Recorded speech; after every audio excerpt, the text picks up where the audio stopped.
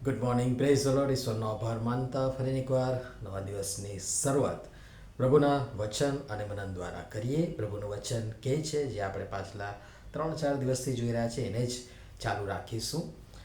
હે સંતાન વિહોણી, જેણે બાળકને જન્મ આપ્યો નથી તે તું હર્ષનાદ કર. જેણે પ્રસવ વેદના સહન કરી નથી તે તું હર્ષનાદ કરીને જયઘોષ કર.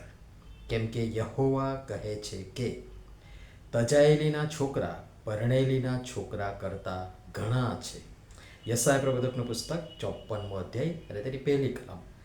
આજનો વિચાર. ખ્રિસ્તમાં અતિ પ્રિયવાલા મિત્રો, પ્રભુ ઈસુ ખ્રિસ્તના પરાક્રમી નામમાં આપ સર્વને સવારની પ્રેમી સલામ.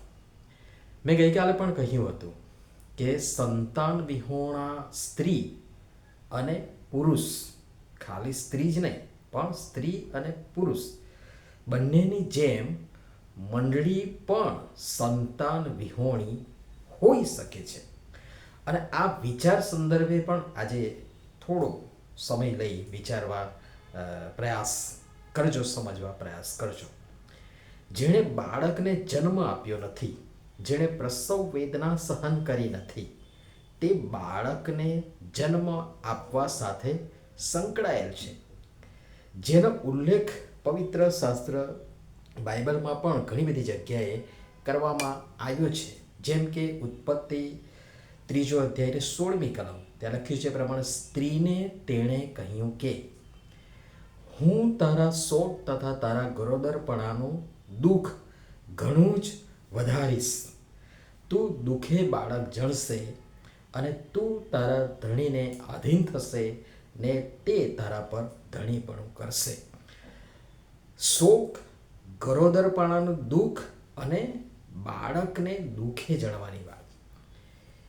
નવા કરારમાં પણ પાઉલ પ્રેરિત મુક્તિ માટે પાપની અસર હેઠળ, માણસને કારણે જ જે પાપની અસર હેઠળ નિર્દોષ હોવા છતાં એ મુક્તિ માટે પાપની અસર હેઠળ રહેલી સૃષ્ટિની વેદનાને, કષ્ટને, પીડાને પણ પ્રસૂતિની વેદના સાથે સાંકળતા, સરખાવતા કહે છે કે રોમનના પત્ર તેનો 8મો અધ્યાય 22મી કલમ મુજબ, કેમ કે આપણે જાણીએ છીએ કે અત્યાર સુધી આખી સૃષ્ટિ તમામ નિશાસા નાખીને પ્રસૂતિની વેદનાથી કષ્ટાય છે. પ્રસૂતિની વેદના અને કષ્ટની ત્યાં કલ્પના કરવામાં આવી છે, સરખામણી કરવામાં આવી છે. માણસે અહીંયા પણ પોતાની બુદ્ધિ વાપરી અને પ્રસૂતિની વેદના અથવા પીડાને કમ કરવા, અથવા તો એ વેદનાની પીડા ન થાય માટે સિઝેરિયન પદ્ધતિ અપનાવી. અને કુદરતી રીતે જે પ્રસૂતિ થવી જોઈએ એમાં પણ એક રીતે હસ્તક્ષેપ કર્યો. સુવિધાજનક છે પણ એક રીતે હસ્તક્ષેપ થયો, જેને આપણે ક્યારેક આપણી સાદી બોલી કે ભાષામાં ઉપરથી લીધેલ બાળક તરીકે પણ વર્ણવીએ છીએ. જેમાં માતાના પેટની દિવાલ પર શસ્ત્રક્રિયા કરી એક રીતે જોઈએ તો બાળક કાપી બાળકને ઉપરથી લઈ લેવામાં આવે છે. જોકે એ પણ ભારે પીડાદાયક જ હોય છે ને ઘણા દિવસો હોસ્પિટલમાં રહેવું પડે, બિછાનાવશ રહેવું પડે. ખ્રિસ્તની કન્યા, ખ્રિસ્તની મંડળી તરીકે આપણે પણ કષ્ટ વેઠી આત્મા જીતવા અને વ્યક્તિને નવા જન્મમાં દોરી જવા, અથવા તો વચનના સંદર્ભમાં ખ્રિસ્તના કુટુંબ, ખ્રિસ્તના એ કુટુંબમાં વિશ્વાસ મંડળી તરીકે કુટુંબમાં વિશ્વાસીને વ્યક્તિ, કુટુંબ, મંડળી તરીકે જન્મ આપવાને બદલે પીડા, દુઃખ, વેદના, કષ્ટ વગર ઉપરથી લઈ લેવાની જેમ આમ તેમથી લઈને સંખ્યા વધારવા ટેવાઈ ગયા છે. વળી આગળ પણ કહ્યું છે તેમ નવદંપતીઓમાં જે ખોટી માન્યતાઓ છે, ભ્રમણા છે, બીક છે, ભય છે વગેરે આધ્યાત્મિક જીવનમાં પણ છે. અને એટલે શરૂઆતની મંડળી જેમ કષ્ટ વેઠીને ખ્રિસ્ત પરના વિશ્વાસમાં વ્યક્તિને દોરી લાવતી, વ્યક્તિનો નવો જન્મ થાય એવા પ્રયત્ન કરતી હતી, તે આજે આપણે પડતા મૂક્યા છે.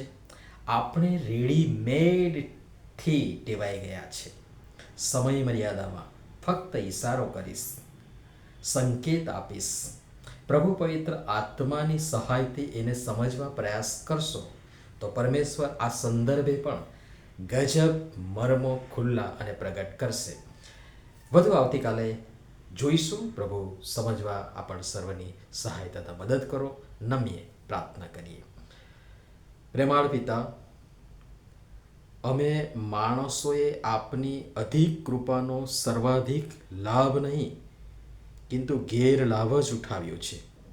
જાત જાતના અને ભાત ભાતના બહાના અને દલીલો તેમજ છટકબારીઓ શોધી વાસ્તવિક કામ પ્રત્યે બેદરકાર બન્યા છીએ.